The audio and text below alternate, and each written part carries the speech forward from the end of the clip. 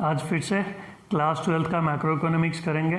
तो करने से पहले जो है मुझे डिफ़ाइन करना है। तो हर चीज़ का डेफिनेशन जो है ना, कई चीज़ों का एग्जॉस्टिव डेफिनेशन नहीं होता, मतलब कोई एग्जैक्ट डेफिनेशन नहीं होता। जैसे कि सपोज मैं बोलूँगा कि एक छोटा सा गिट्ठा सा आदमी बैट पकड़ के घूमता है, बोलता है आइला कोहनी में दर्द है।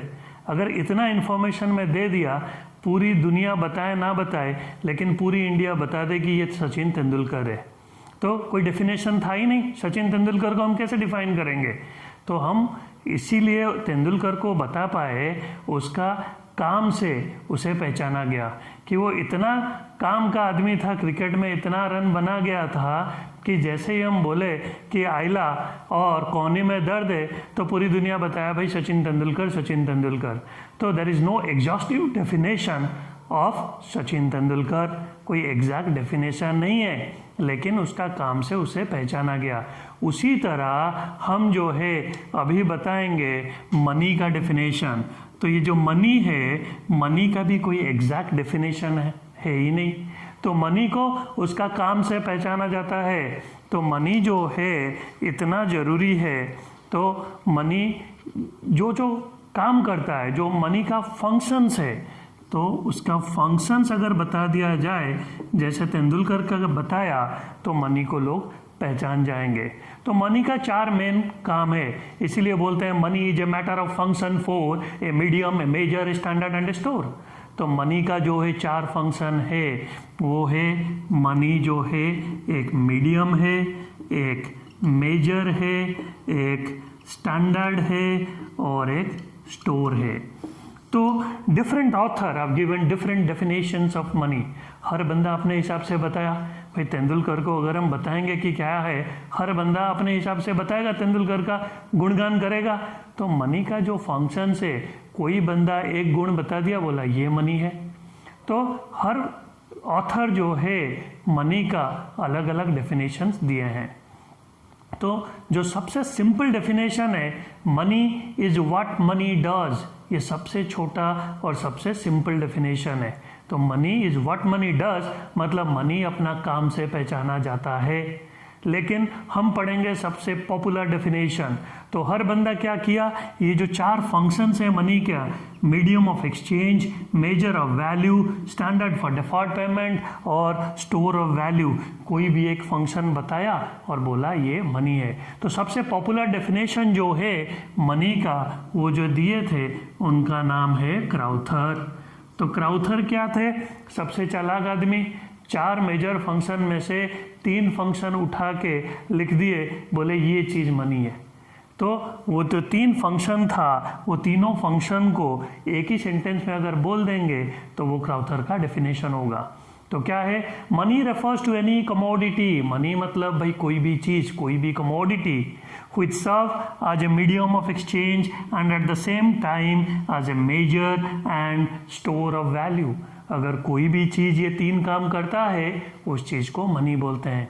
तो ये चैप्टर जो हम कर रहे हैं मनी, उसका डेफिनेशन ख़त्म हुआ। अब करते हैं आगे। तो नेक्स्ट, सप्लाई ऑफ मनी। तो ये सब 1 मार्कर है। तो 1 मार्कर मतलब 1 लाइन बस कंसेप्ट बताऊंगा। तो सप्लाई ऑफ मनी जो है, इसको 2 टुकड़े में पढ़ेंगे। पहला चीज़ हम national income and related aggregates में पढ़े थे, स्टॉक कंसेप्ट और फ्लो कंसेप्ट। तो ये जो है एक स्टॉक कंसेप्ट है, it is a stock concept, लिख दो, 1 मार्क मिल गया। ये हो गया एक स्टॉक कंसेप्ट। दूसरा चीज, स्टॉक का डेफिनेशन क्या है? It is given it is measured at a given point of time. तो जो भी चीज़ मेजर होता है at a given point of time, that is known as stock. तो पैसा क्या है? जैसे मेरे पास कितना पैसा है, मैं बोलूँगा 1000 करोड़। मतलब आज के डेट में अगर सारे एसेट्स जो है उनका वैल्यू को ऐड करूँगा, that sum up to 1000 crore. तो क्या हुआ? It is held by the public at a given point of time. तो ये हो गया मनी सप्लाई। अब चलते हैं नेक्स्ट क्वेश्चन में। अब next question, measures of money supply. तो ये जो मनी सप्लाई करता है, ये रिजर्व बैंक ऑफ इंडिया करता है। हर कंट्री में एक सेंट्रल बैंक होता है। इंडिया में जो सेंट्रल बैंक है उसका नाम है रिजर्व बैंक ऑफ इंडिया। उसी तरह ऑस्ट्रेलिया में जो सेंट्रल बैंक है उसका नाम गॉस बैंक है। इंग्लैंड में जो सेंट्रल बैंक है उसका नाम बैंक ऑफ इंग्लैंड है। तो ऐसे नाम आपको एक दो कंट्री का, ऑस्ट्रेलिया का, यूके का और इंडिया का याद रखना होगा, क्योंकि 1 मार्कर में एमसीक्यू में पूछ सकते हैं। तो अब ये मेजर ऑफ मनी सप्लाई क्या है? तो गवर्नमेंट जो पैसा सप्लाई करता है इकोनॉमी में, बीच बीच में आके काउंट करता है वो पैसा कम हुआ या ज़्यादा हुआ। तो ये जो पैसा कम हुआ या ज़्यादा हुआ, ये जो मेजर करते हैं, ये मेजर करने के लिए देयर आर 4 मेजर्स, 4 तरीका है। They are known as M1, M2, M3 and M4. So these are the 4 measures of money supply: M1, M2, M3 and M4. तो अब इंडिया में जो सबसे ज़्यादा यूज होता है, the most popular measure which is used in India is known as M3। तो ये M3 जो है ये इंडिया में फॉलो होता है। तो M1, M2, M3 और M4 में से हम सिर्फ M1 के बारे में पढ़ेंगे, क्योंकि बाकी सिलेबस में है नहीं। तो M1 के बारे में पढ़ेंगे, लेकिन एक 1 मार्कर पूछ लेंगे कि इंडिया में कौन सा सिस्टम फॉलो किया जाता है। ये याद रखना है, India follows minimum reserve system. तो ये भी 1 मार्कर आ सकता है। तो ये याद रखना है कि India follows minimum reserve system. अब हम M1 पढ़ते हैं, क्योंकि मेजर ऑफ मनी सप्लाई अगर आएगा तो M1 ही आएगा।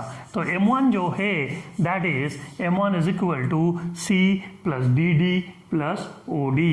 C stands for currencies. तो ये करेंसीज क्या है? ये करेंसीज जो तुम्हारा वॉलेट में देखो कॉइन्स पड़े होंगे या पेपर नोट्स होगा। तो करेंसी में जो है कॉइन्स आ गया और पेपर करेंसी आ गया। तो अब सबको जो है ये पता चल गया C क्या है। दूसरा चीज़ है DD। DD stands for demand deposit. तो इसका नाम ही बताता है ये क्या चीज़ है। जो बैंक में हम पैसा रखते हैं, अगर हमें चाहिए जाके मांगेंगे तो बैंक हमें जो है तुरंत दे देगा। ये हमारा मम्मी का पास रखने वाला पैसा नहीं है कि मम्मी को अगर मांगेंगे कि मम्मी अभी चाहिए बैट खरीदना है, पैसा मैं अपना जमा कर रखा हूँ दो, मम्मी फिर भगा देगी डांट के, पढ़ाई वढ़ाई करता नहीं है, चल अभी नहीं 2 दिन बाद दूंगा अगर पढ़ाई कर लिया। मतलब उनको देना ही नहीं है तभी। तो बैंक ऐसे मम्मी नहीं बन सकती, क्योंकि अगर बैंक ऐसे मम्मी बना तो वहाँ से अकाउंट बंद करके दूसरे जगह चले जाएंगे, वो बैंक ही बंद हो जाएगा। तो इसीलिए बैंक में जो डिपॉजिट करते हैं उन्हें on demand they have to give back. तो demand deposit refers to the deposit which we can get back on demand। हम कैसे डिमांड करेंगे? या तो एक चेक लेके जाएंगे, विड्रॉ कर लिए चेक देके, या वहाँ पे फॉर्म होता है वो भरेंगे और ले लेंगे। तो दूसरा पैसा जो था इसमें वो DD डिमांड डिपॉजिट अब क्लियर हो गया होगा। Last one is OD। OD is other deposit held with the RBI। जब पैसा गिनने लगेंगे तो कुछ पैसा ये वॉलेट वाला आ गया, कॉइन और पेपर करेंसी। कुछ लोग जो है बैंक में रखते हैं डिमांड डिपॉजिट। उसी तरह बैंक जो कमाता है, बैंक अपना पैसा जो है RBI के पास रखता है। So other deposit, OD stands for other deposit held with the RBI। तो जब हम ये तीनों को प्लस कर देंगे, C plus DD plus OD will get M1 major of money supply. और याद रखना होगा ये जो 4 मेजर है M1, M2, M3 and M4, M1 and M2 are regarded as the narrow measure of money supply और M3 और M4 are regarded as the broad measure of money supply. तो मनी सप्लाई से, measure of money supply से जो भी related था वो सारा हम डिस्कस कर लिए। अब चलते हैं नेक्स्ट क्वेश्चन पे। नेक्स्ट जो है 1 मार्कर हम कर रहे हैं CRR। CRR जो है वो है कैश रिजर्व रेशियो। तो इसका नाम ही बताता है कैश रिजर्व रेशियो, मतलब जो भी पैसा कमर्शियल बैंक के पास आता है, बैंक जो है उसमें से सारा पैसा लोन नहीं देता। They keep a part of their cash as reserve. ऐसा क्यों? जैसे अभी एग्जांपल दिया था कि मम्मी भगा देंगे, बोलेंगे कि पढ़ाई नहीं करता, पढ़ाई कर ले इस हफ्ते, अगले हफ्ते पैसा मिलेगा। तो बैंक ऐसे नहीं कर सकता। तो इसीलिए कभी भी कोई पब्लिक आए, उन्हें अगर पैसा चाहिए वो खाली हाथ ना जाए। इसीलिए सेंट्रल बैंक जो है रूल बना रखा है कि जो भी टोटल डिपॉजिट कमर्शियल बैंक के पास आएगा वो उसका certain percentage cash reserve RBI के पास रखेंगे, सेंट्रल बैंक के पास रखेंगे, तो उसी को कैश रिजर्व रेशियो बोलते हैं। तो कैश रिजर्व रेशियो में क्या चीज़ पड़े, यहाँ पर लिखा गया है, स्क्रीनशॉट ले सकते हो। तो जो टोटल डिपॉजिट है उसका एक परसेंटेज कमर्शियल बैंक के पास रखता है कैश रिजर्व। तो proportion of total deposit of commercial bank which they must keep as cash reserve with the central bank is known as cash reserve ratio। अब चलते हैं नेक्स्ट क्वेश्चन पे। Next question है SLR, statutory liquidity ratio. तो statutory मतलब आज पर the law of land, आज पर द स्टैट्यूट। लिक्विडिटी क्या है, लिक्विडिटी रेशियो इसीलिए बोलते हैं क्योंकि हर बैंक को कुछ लिक्विड एसेट्स मेंटेन करना होता है। तो लिक्विड एसेट्स क्या है, ये वो एसेट है जिसको हम जल्दी से जल्दी कैश में कन्वर्ट कर सकते हैं। So liquid assets refer to the assets which can be converted into cash within a very short period without any loss in its value। जैसे घर भी अगर बेचेंगे तो पैसा में तो बदल जाएगा, लेकिन जल्दबाजी में क्या होगा, घाटे में बेचना पड़ेगा तो वैल्यू कम हो जाएगा। तो अगर कोई ऐसा असेट्स है जिसको हम इमीडिएटली कैश में बदलते हैं लेकिन उसका वैल्यू में कोई लॉस नहीं होता है तो उसे बोलते हैं लिक्विड असेट्स। तो ये जो एल लिखा हूँ ये लिक्विड असेट्स है। तो क्या होता है स्टैट्यूटरी लिक्विडिटी रेशियो में, कमर्शियल बैंक जो है लिक्विड असेट्स के फॉर्म में अपना जो टोटल डिपॉजिट आता है डेली बेसिस में, they have to maintain a certain percentage of the total deposit in the form of liquid assets। तो that is statutory liquidity ratio. तो आज पर द स्टैट्यूट, आज पर the law of land, they have to maintain that liquidity, ताकि कोई आए तो कोई इमरजेंसी हो तो उन्हें दिक्कत ना हो। अब चलते हैं नेक्स्ट क्वेश्चन पे। अब नेक्स्ट वन मार्कर ये है रेपो रेट।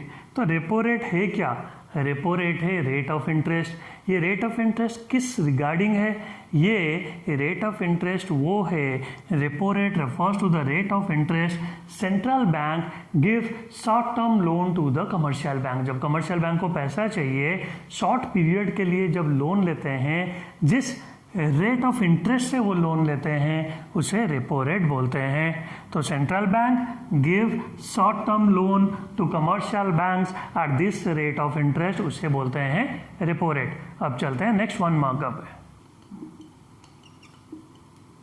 अब नेक्स्ट क्वेश्चन जो है वो है रिवर्स रेपो रेट।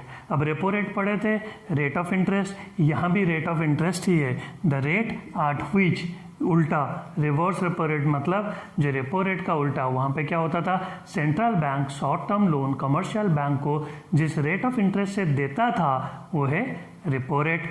और उल्टा क्या है, सेंट्रल बैंक जिस रेट ऑफ इंटरेस्ट से कमर्शियल बैंक से मनी बोरो करता है उसे रिवर्स रेपो रेट बोलते हैं। तो reverse repo rate is the rate at which central bank borrows money from commercial bank. One marker खत्म। तो ये money and banking chapter next video में ख़त्म हो जाएगा। इसमें सिर्फ 1 मार्कर है और एक इम्पोर्टेंट 4 मार्कर है। तो अगर ये वीडियो आप लोगों को पसंद आया तो लाइक कमेंट शेयर कीजिए और ज़्यादा से ज़्यादा कोशिश करिए कि लोगों तक पहुँचे, बच्चों तक पहुँचे, ताकि सबको ये हेल्प मिल सके। Thank you.